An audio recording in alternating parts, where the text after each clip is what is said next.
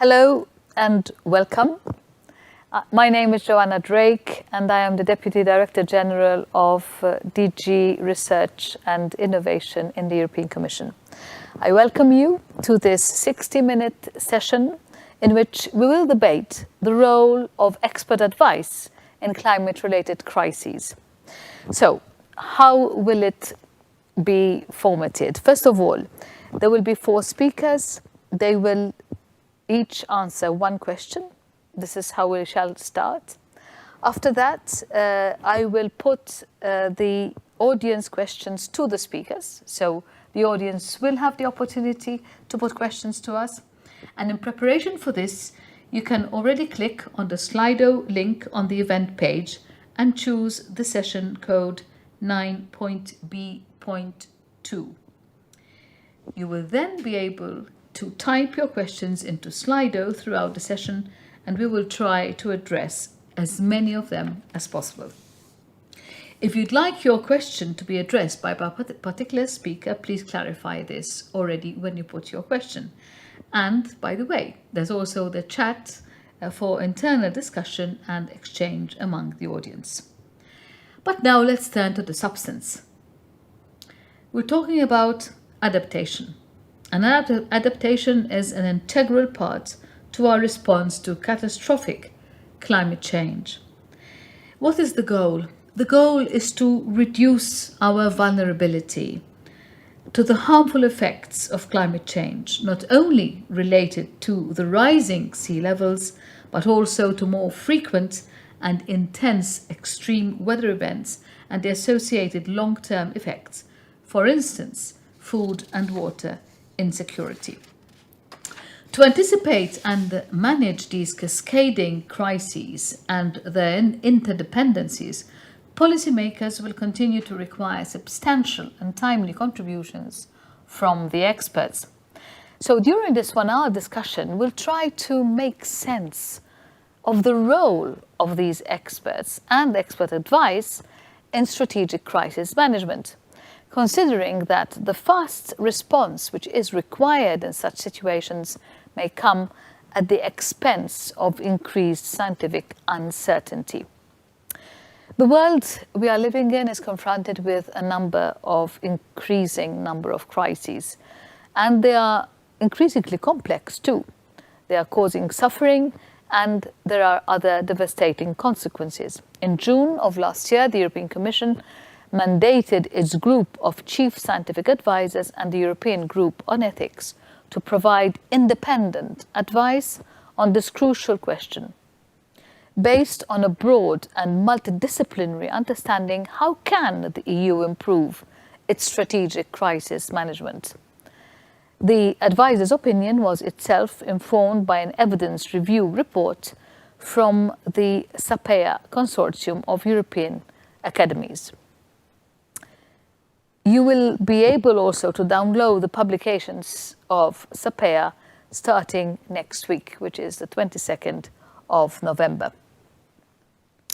So, before I welcome our speakers, I would like to ask you, our audience, a question of your feelings related to climate crisis, which is using Slido in this case.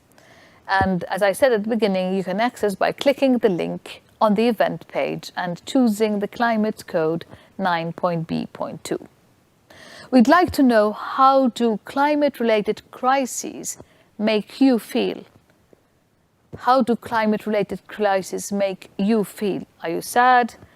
Do they make you feel hopeless, angry, indifferent? You ready to fight, or you feel completely powerless?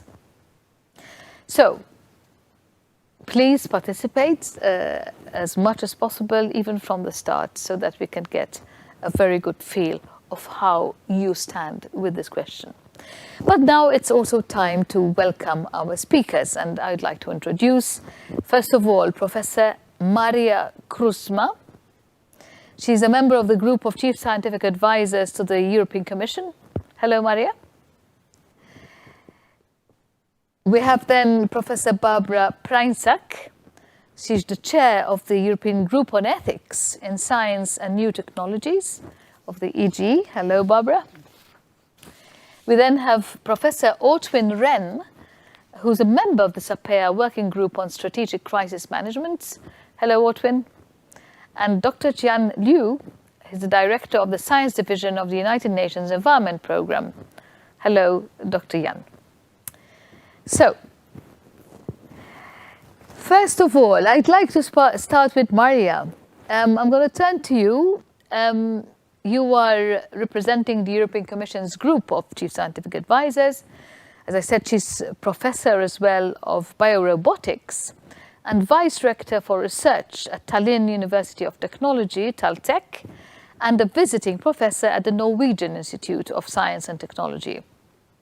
The so-called science advice mechanism, the SAM, as we like to call it, endearingly in DG research, and the advisors hold a unique position in the landscape of science advice to policy at EU level. The group is intrinsically multidisciplinary, independent from the Commission, and can call upon the combined expertise of the major European science academies. And as such, their policy recommendations complement the in-house science advice. So the first question to you, Maria. As I mentioned earlier, the advisors just finalized the recommendations on how Europe can improve its strategic crisis management for the future. Maybe you can guide us through some of the most salient aspects of the problem which you addressed. Indeed. Thank you very much, Joanna, and good morning, everybody. Indeed, you were right about the feelings that crises become more frequent and crises become cascading. You mentioned the word cascading. What scientists, our experts say, often said it's more complex, but complexity is a scientific term. It has a very specific meaning in system science. It means that these are systems that have very many parts and very many interconnections, and they often behave in an unpredictable manner and very, very fast. And this could be, for example, forest fires that spread from one member state to another. This could be immigrants moving and taking together more immigrants moving. This could be cyber attacks that take down global supply chain. Or this could be also rumors or disinformations that go instantly from one end of the globe to another. And why is this happening more often? It's probably because the world is becoming more interconnected because of technology, and the world is becoming more globalized. So we have a world where we have more of these tiny connections between very many units, and they're very global.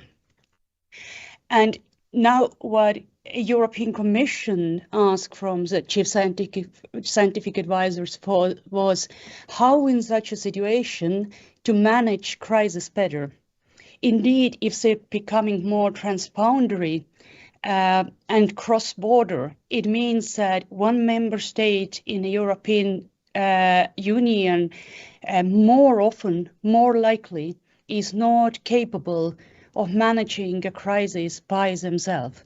So they are going to ask help from another member state. And if another member state asks from a third member state, that's almost already in the European Union.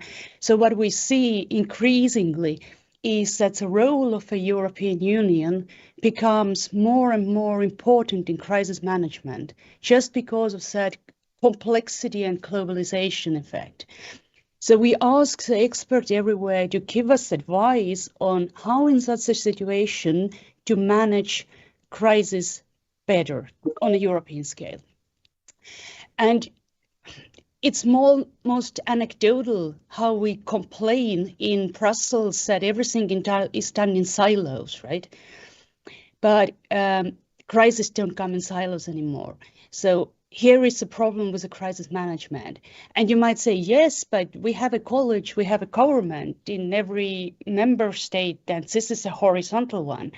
But the problem is that when you have a complex system, then hierarchical structures are too slow to respond. And therefore, we were looking at different ways how to make this silo-based management to respond faster and interconnect on demand. That's, I would say, is a core of the scientific advice and the report of Sapia that is coming out. And we also therefore see the European added value to become higher and higher, to respond faster to more frequent crises.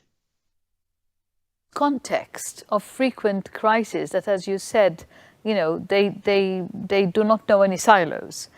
How do you see the role of scientific advice? Well, first of all, when you have a crisis, either in silos or not in silos, it means that you have to respond fast. And also, if you need scientific advice, then you need to get it very fast, which means that it's probably not very precise and it's not very certain, which doesn't mean that it's useless. What it means that is a decision maker has to get information fast to make fast decision. And this is a specific problem of how do you represent the information, representability, a clearness of information. So suppose Joanna said, DG research is in crisis, and I'm giving you an Excel table with 200 columns saying, look, this is my data about, I don't know, flood damage, for example. What would you do? It's too much cognitive load to any manager in a hurry to look into that. So explainability of information in such a situation is very, very important. And the other important thing is, as I mentioned, uncertainty and quality of the information, which is never perfect in case of crisis. But we see something that is inevitable. What we can do is also, besides the information what we have, to communicate the degree of uncertainty associated with that. It makes easier for a decision maker to make a decision based on how certain we are on the information that we are giving. And for a scientific advisor, as well as whoever manages the crisis, it's also very important to listen to the response when they make the decisions, and also to explain the decision what we're making. Now we're coming somewhere which is on an interface of a scientific advice and managing a crisis, because scientific advice is a fact-based, but decisions that you're making as a manager are never fact-based, they are value-based. And it's very important here also to explain why somebody is making one or another decision in such a situation concerning the facts, the uncertainty, and the values. Thank you so much for that. Very clear. Thank you, Professor Krusma, for a very valuable contribution. I also would like to take this opportunity to remind the audience to type any questions in Slido so that they can be addressed at a later stage. We'd like it to be more interactive. I'd like now to introduce Barbara, and Professor Barbara Preinsak, and she is here today in her role of the chair of the European Group on Ethics in Science and Technologies. She is a professor at the Department of Political Science at the University of Vienna. She's the director of the Center for the Study of Contemporary Solidarity and of the interdisciplinary research platform Governance of Digital Practices. Now, the European Group on Ethics has a key role as the Commission's President's advisory body on all aspects of policies and legislation where ethical, societal and fundamental rights dimensions intersect with the development of science and new technologies. Now, the question to you, Barbara. We've just heard from Maria about what the chief scientific advisors feel is needed to improve crisis preparedness, response, and its. She also mentioned trust as one of the key elements. Now, based on the EGE statement on values in times of crisis, what is the role of values and of ethics in times of crisis?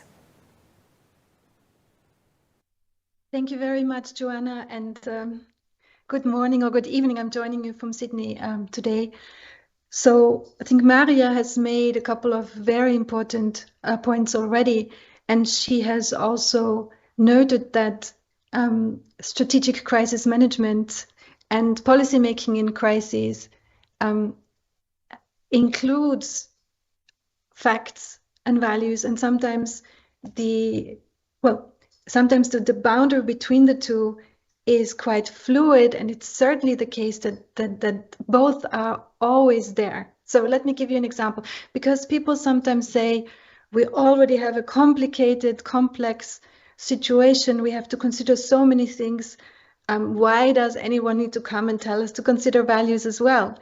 And then we would say, well, because values are already in there. So, for example, the mere statement that something is a crisis rather than a problem continues a value judgment. So that's not a bad thing, but it's a value judgment as to this particular challenge pushing the system above its capacity. So we accept traffic deaths. Many countries in the world accept traffic death as a normalcy of life. Of course, every death is a tragedy.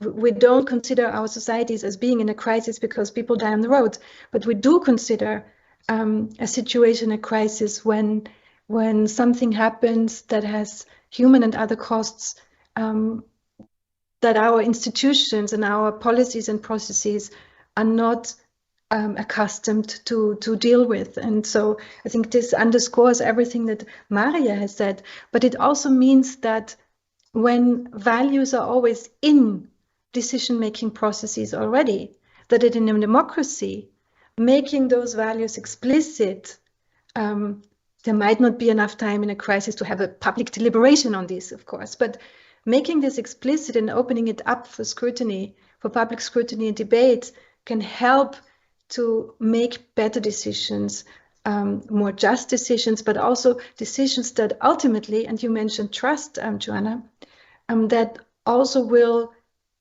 have more trust from the population.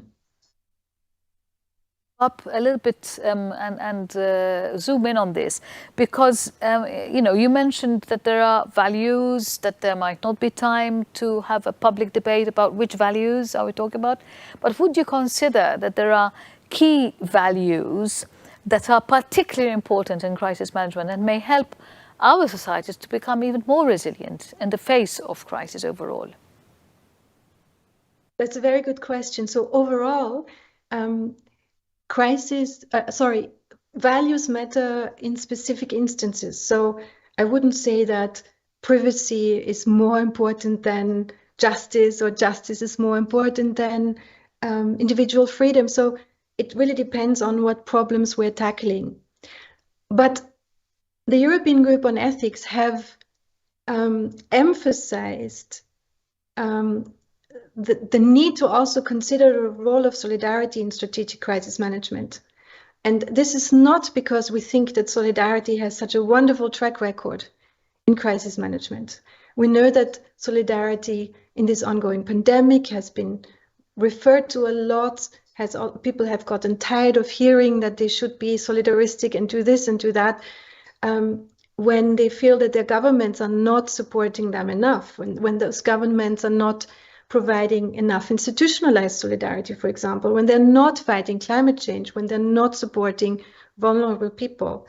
So, and of course, solidarity has also been misused for racist, nationalistic, and other purposes.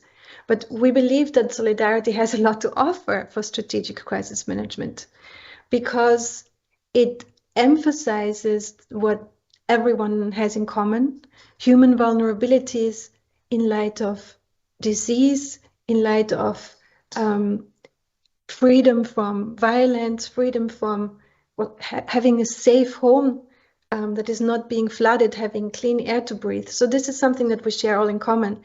And solidarity, considering solidarity even in the way that certain problems are framed, avoids, I think, that we pitch the interests of different groups against each other, that we single out some groups over others. So in the best case, solidarity can help us to make policies that foster equity and inclusion. And at the very minimum, it helps us to consider critically why we exclude some people from policies, why we include others, whom we prioritize, whom we don't prioritize. So, because ultimately, solidarity makes us think about what we have in common, what we don't have in common, and the legitimacy of certain kinds of exclusion. So I think this is very, very relevant also. I don't think I need to say this here, in the context of climate justice, a global climate justice, for example. It's basically the common denominator that reminds us that we are all human. It brings out the humanity, and therefore, we can base policy decisions on the basis of that, because it also helps us to arbitrate, as you said, and prioritize those that are more vulnerable. Thank you so much, Professor Pereinsack, for your contribution. I'll now come to the third speaker, and this is Professor Ortwin Wren. Ortwin is a professor for technology assessment and environmental sociology and scientific director at the Institute for Advanced Sustainability Studies in Potsdam in Germany. He was also part of the SAPEA working group, which delivered a comprehensive evidence review report informing the development of the advisor's scientific opinion. We spoke about the importance of trust and transparency. However, during a crisis, some decisions must be taken and communicated, as Barbara said, urgently, sometimes without having all necessary knowledge at hand. Now, my question to you would be this: how can scientists and experts give advice which is timely, which is accurate, which is clearly communicable at the same time? And what kind of support structures would they need to be able to do this? So basically, how can they do this impossible job? We're not hearing you.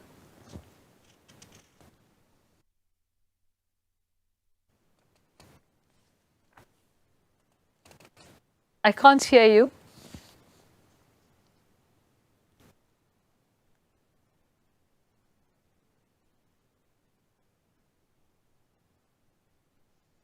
Can you hear me now? Yes, absolutely. That's better. Yes, sorry. Yeah, much better, yes. A pleasure. Thank you very much for your question, Joanna. I think the two keywords that we need to address are preparedness and anticipation. If we wait until the crisis unfolds, it's too late to get good scientific advice, because as you said, we need to do very quick decision-making at the time, and then we cannot consult everyone. So it's very important to have something like a crisis response committee in place before crisis strikes. And since we have so many crises interacting, it is very good to have a response team that is multidisciplinary, that has a lot of knowledge and competence in different fields, that is cross-sectoral, that relates to health, that relates to climate, that relates to environmental issues, but also to social or other kind of political issues that we're just facing in the world. And it needs to include different types of knowledge: academic knowledge, experiential knowledge, people who have experience in these types of crises, and of course indigenous knowledge about something that has grown over time, and local knowledge that also tells us a little bit about the specific consequences in different areas. So what we definitely need is something that the EU or each country, in a sense, have its own crisis response team. And that crisis response team is something that needs to be founded or established much before the crisis actually comes in. It can actually do dry exercises. It can look at specific scenarios. And even if the crisis or the multitude of crises that come along are not the ones that have been exercised, these people are then very well trained to do very quick decision making. And also, it is very important to make the necessary trade-offs between conflicting goals.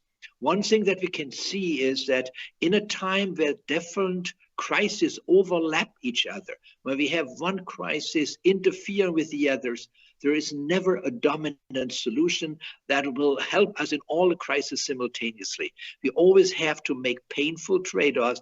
If we address one crisis, we may actually exacerbate another one. So in that sense, it's very important to make sure that we understand the proportionality of the decision making, and there mixed committees that include various disciplines, include different reference groups, include different concerned groups, is very important so that we can make very good balanced decisions. That, you know, you need different types of expertise and advisory structures. What are the type of advisory structures that we need for the climate crisis? Well, the first thing I think is very important is that we can see that we have a new kind of, not really a discipline, but a new approach which is called complexity science. And I think that's a very important element because it tells us how complex systems evolve, how we can intervene, and how we can identify intervention points that are really effective. And that's very important. It sounds very abstract, but it's very, very useful in really practical sense. And secondly, we need, of course, various disciplines. Climate crisis is always an interaction between natural forces and human interventions. We didn't have a climate crisis if there were no humans on Earth. So it's not just an issue of ecology or physics or meteorology. It is very much an issue of behavioral sciences. So we need to make sure that the behavioral sciences are well represented. A part of the humanities, we just had the ethics part into it. So there are always normative questions. If you make trade-offs, we have to make sure what is more important, also ethically more convincing at the point, and where can we make trade-offs that we can also say this is of a minor concern and we need to, yes, have some costs involved here that we need to accept, of course, in solidarity, as we've just heard. So in a sense, is what we do need is a very good representation of technical science, because we need technology to beat and to really refer to climate crisis. We need excellent natural scientists to understand the natural responses to human actions. And we need behavioral science that tell us how human actions are first generated and why, and what we can do as humans to intervene with our activities so that we can either mitigate or have a better adaptation plan. Thank you very, very much, Professor Ren, for your contribution at this stage. I now come to our last speaker, fourth speaker, Dr. Yan Liu. And Dr. Liu currently serves as director of the Science Division at the United Nations Environment Programme, UNEP, and has been the chief scientist from 2017 to 2021. Dr. Liu has over 30 years of professional experience in science and policy in the specific domains of ecosystems management, climate change, environment and agriculture at national, regional and global levels. Crises amplify existing inequalities, hitting the most vulnerable and the hardest. I'm thinking of global energy and food security crisis, to which not only climate disasters, but also the war in Ukraine and the COVID-19 pandemic have all contributed. Now, UNEP has recently published a report aptly titled "Too Little, Too Slow," which states that we must step up global efforts towards climate adaptation and mitigation despite the difficult situation the world is going through. So my question to you, Dr. Liu, we heard that scientific advice must take into account local knowledge and specificities. How can we reconcile this with the global relevance needed to act? Thank you very much, Joanna. Hello, colleagues and friends. I'm happy to be here as a panelist. As I can show you, this is the book that we have launched 2 weeks before the COP27. Now we have colleagues right there in Sharm to present this report to the participants, to the delegations of COP27, so that we hope that the governments could realize this is a more urgent issue, and we need to invest more before it is too late. We need to speed up the process of adaptation before it is too late. It is already very costly than it was 10 years ago if we had done adequate job. That's a sort of a starter. I would be a little different from my previous panelist colleagues. I tend to use the word adaptation before we use the word crisis management, because adaptation, I used to be the head of adaptation, the first head of adaptation of UNEP. So that's where I came from as well. So adaptation means you anticipate, you prepare, and you respond. And respond basically will come to the last stage to adapt and to manage the crisis that you would anticipate. But basically, when you anticipate these things to happen, you need to prepare well so that you can, to the maximum, minimize the sort of crisis that we could encounter. And second point, scientific advice, there are different levels of expert advice. There are collective expert advice, like the committees that my previous panelist was working on, but also there's something I can present called IPCC, the Intergovernmental Panel on Climate Change, which has just released the 6th assessment report this year, and in which you could find, the key findings on adaptation as well. Basically, resonate what we presented in the adaptation gap report. So that's pretty much a long term with high scientific consensus and with less uncertainty in the science to be able to enable the countries to make national plans to adapt. Pretty much from the report, you could see that more than 80% of the member states of the UN have already come up with kind of national adaptation plans. And that's pretty much also based on the expert advice and to be specific and national actions to be taken, be it early warning, be it respond. And manage the crisis, etc. So that's the sort of national level advice, and global level advice, on the contrary, would be to raise awareness and to basically point to the direction that we're heading to, and to advise us to avoid potential risks going into the future. So these are the sort of differences between national and global assessments on the adaptation issues. Coming to the specific question, how we can reconcile the global knowledge of climate change versus the local knowledge to adapt especially by the vulnerable communities with facing these complex issues of climate change, pandemic, and war. First of all, adaptation is very site specific. And those living in the local communities, they've been experiencing the climate variations, I would say, in a range that using their local knowledge, they could adapt. And they survived for thousands of years, and they've been there.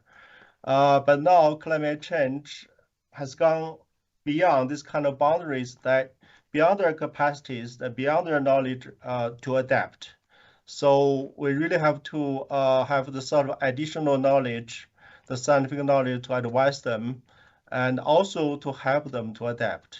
And also, adaptation is a knowledge-intensive process, and you need to sort of have the right expertise, provide early warning to them, but also capacity for local communities to understand this kind of languages is very important, and that comes to the key question of communication and how you communicate the global scientific knowledge to local communities And you also have language issues. Most of the literatures are 95% they are in English.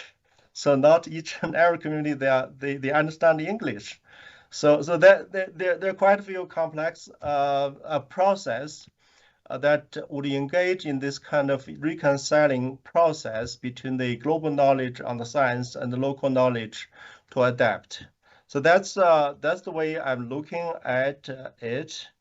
So and also coming back to the complex issues, I would say climate change is a long-term standing issue for the decades and centuries to come. Even if we stop emitting the greenhouse gases right now, there's still inertia that will suffer the impact for the long term, for hundreds of years. So we need to adapt. And in the meantime, the pandemic and the wars are sort of incidental.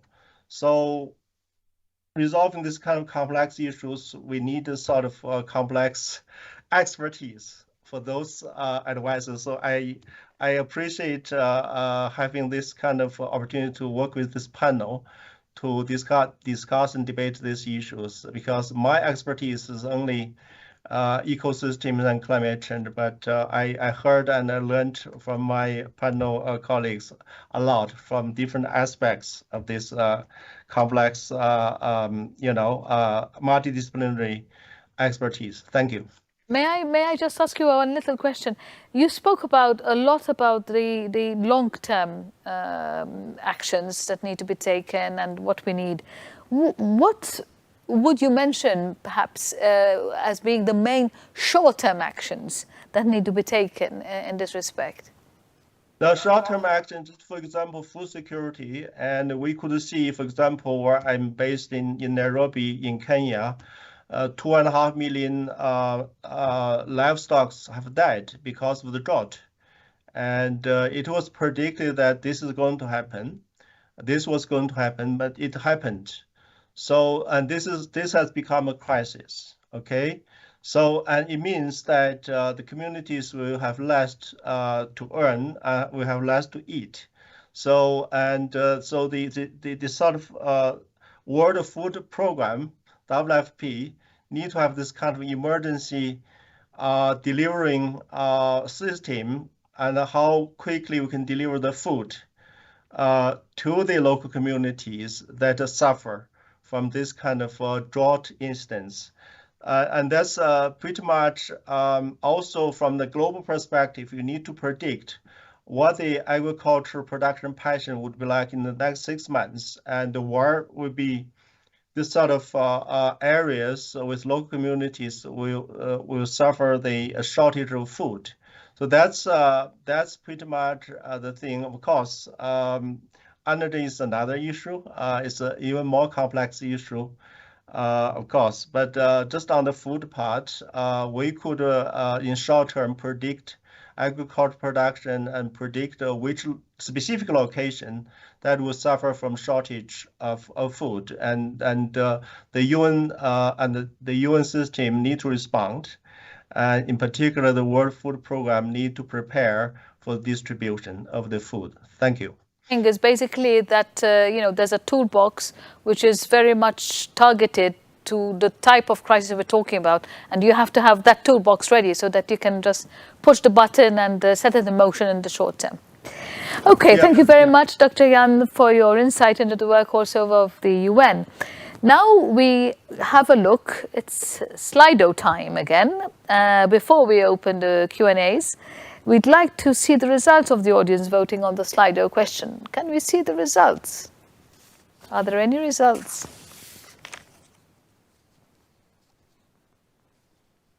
Yes. So, how do climate-related crises make you feel? So this is very emotional. They are ready to fight, 46%. Very good. Well, 31% feel powerless. Sadness, 23%. But none feel hopeless, angry, or indifferent. So basically, we are trying to make people ready to fight. This is what we're about, no? Resilience. And we have to stop the sadness and stop the powerlessness. So this is where our job is. There's a lot to do. still, that's for sure. So, whilst thanking the speakers, I'll now move on to the audience questions. And I can see quite a bit there of audience questions. So I'll start right away.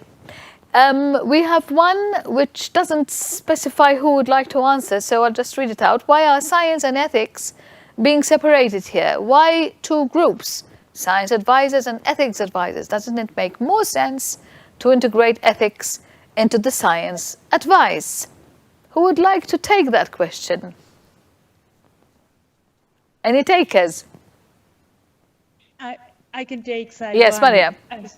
I think the reason that we and me and Barbara here are together is exactly that we are doing what a scientific advisor recommends to do, to work horizontally in the European Commission. So we're building tight connections with the ethics advisors and communicating quite frequently.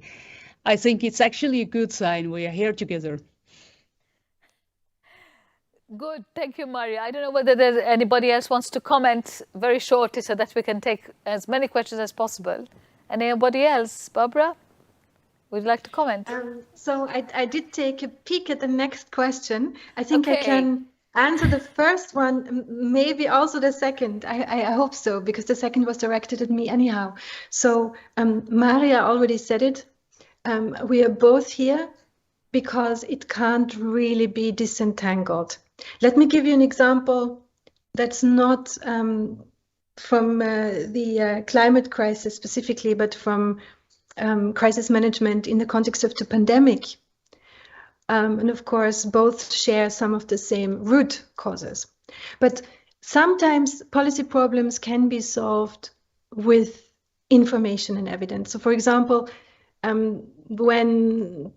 are very few people who don't want to wear face masks in general. Many people say, well, I don't like it, but I do it if it's really necessary. So here, people can be convinced and rules can be made on the basis of information. So when are face masks effective? How does this particular virus spread? And so on and so on. So policies and policies can be made and conflicts can be solved with information, but often not. So for example, when some people say, I can't take it anymore, I can't take any more restrictions, I want to go back to, or I have to use my car to get to work, and others say, but the future of our children and grandchildren and our future is at stake. This is not a policy problem that can be solved with more information. So the value conflict is always I would say almost all policy problems have value conflicts within them.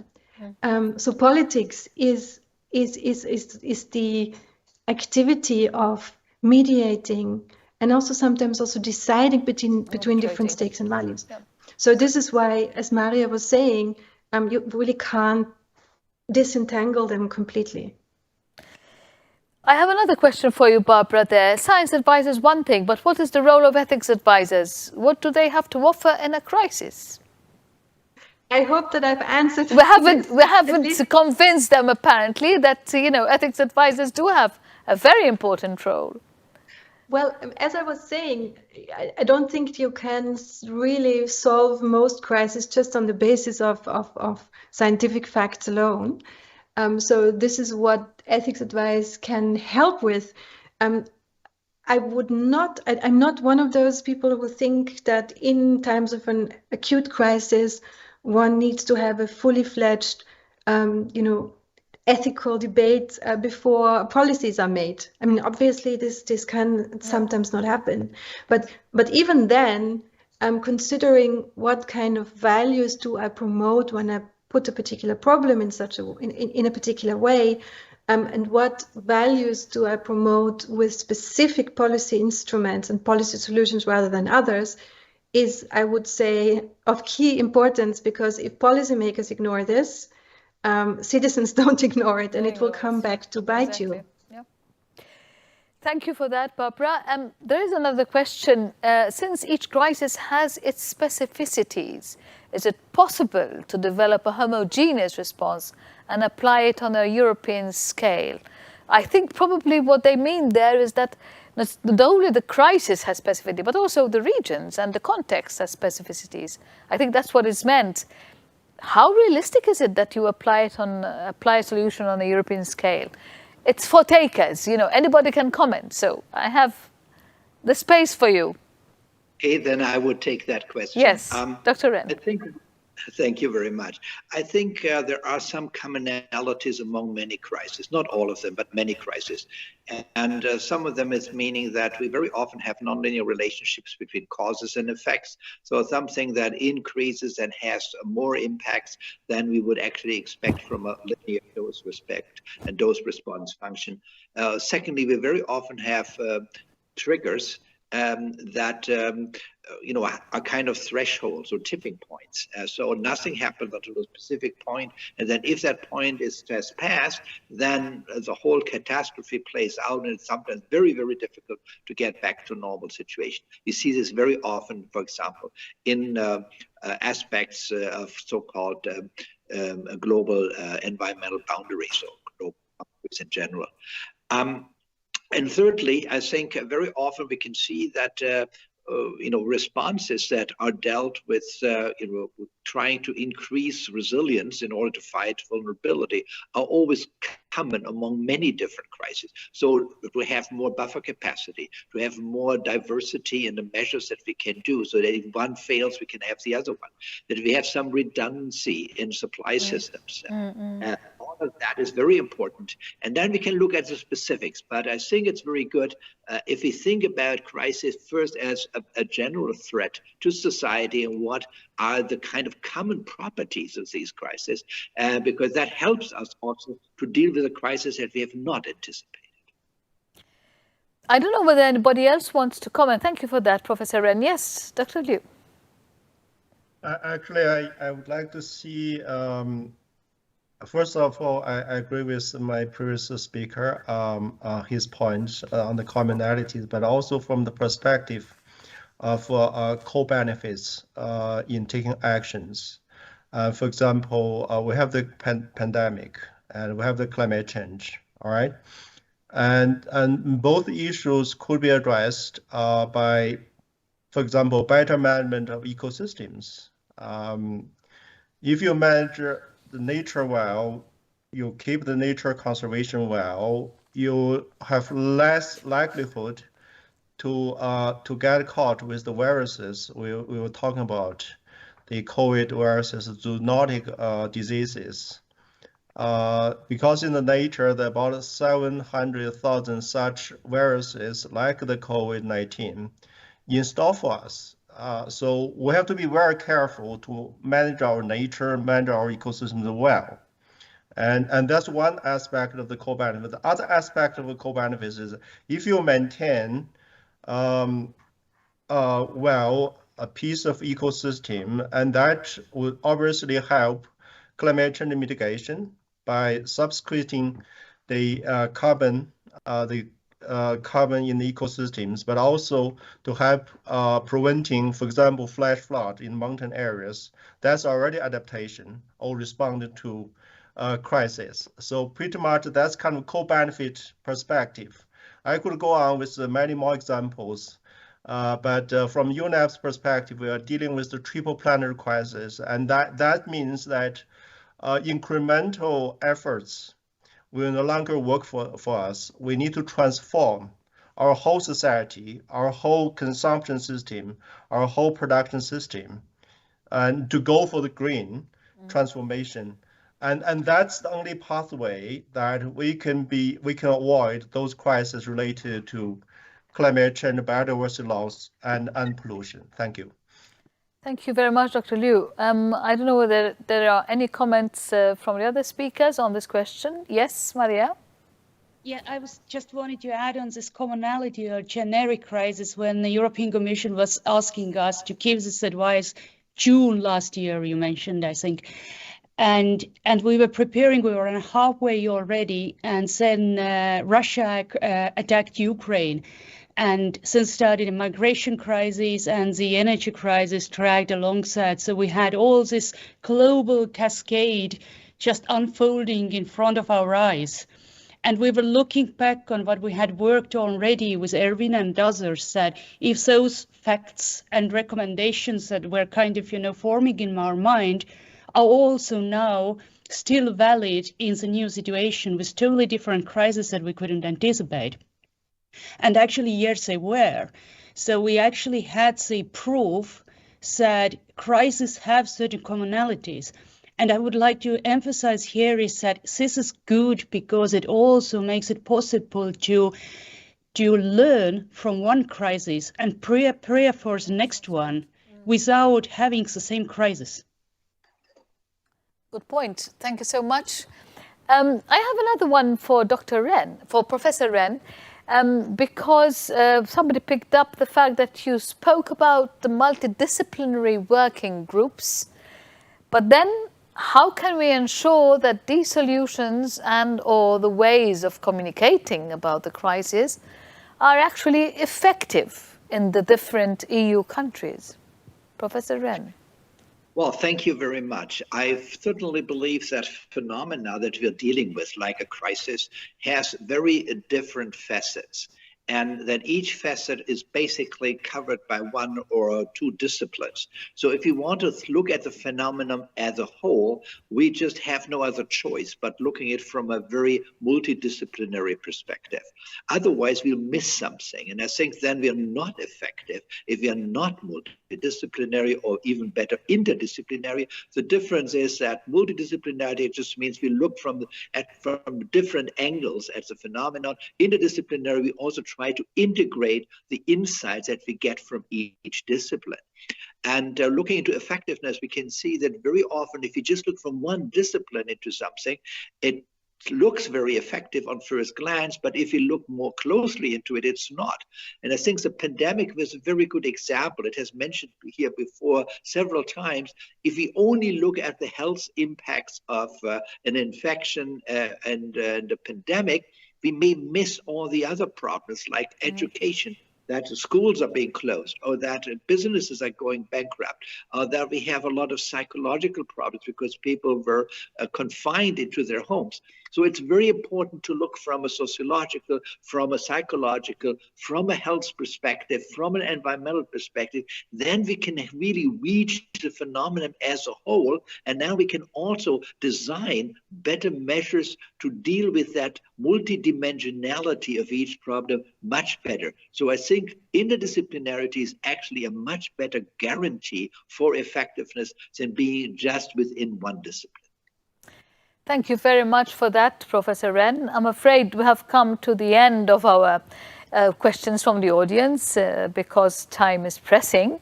And we still have to now look, so thank you so much, by the way, for the audience, for those questions and also for the replies. But we do have one Slido question again for you. And now that we've heard the experts who are, very much hands-on and they are being faced, with giving advice and being ethical and giving, putting ecosystems in place and communications and multidisciplinary groups in place, how do you feel now after this discussion? Do you feel more optimistic, less optimistic, or still the same? So please respond to that. We'd like to know whether this 50 minutes or so of discussion has, when considering the start of the discussion, has it calmed you down? Oh, well, we have more optimism, 60%. That's very good, I have to say.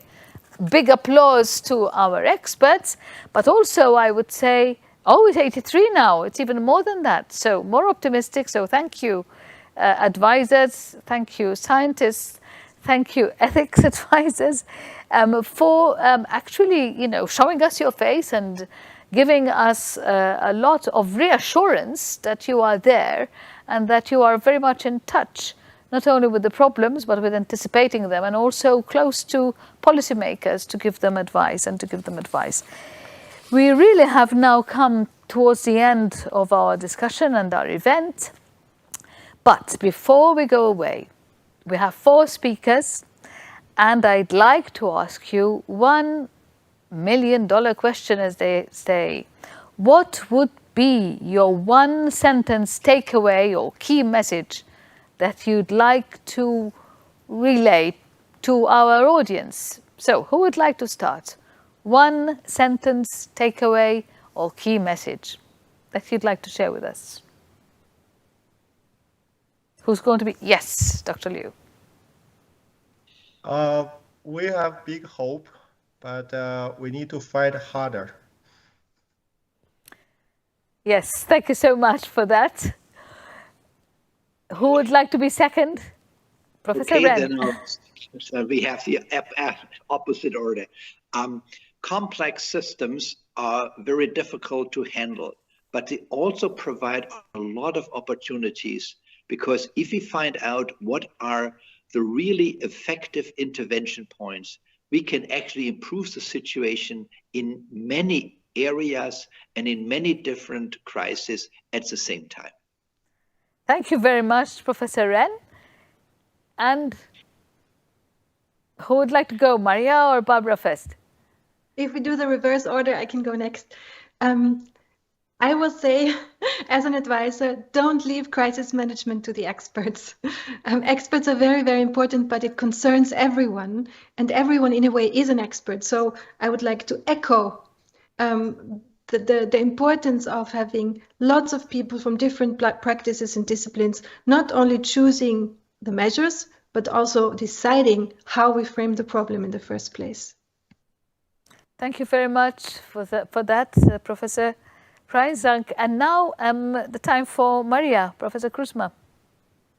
I would say in the end that diversity in a complex system is a strength, not a weakness, because it makes our response to a crisis also much more diverse. It will hold much more different knowledge, and it also makes us capable of learning from each other's successes and failures. And thank you so much again to our speakers. Thank you to the audience for having been very interactive with us. Thank you for the question. If I am permitted to have one takeaway message, I would say solidarity has a lot of power. Let's unleash that power in the time of crisis. And thank you so much to our speakers again, and have a good afternoon.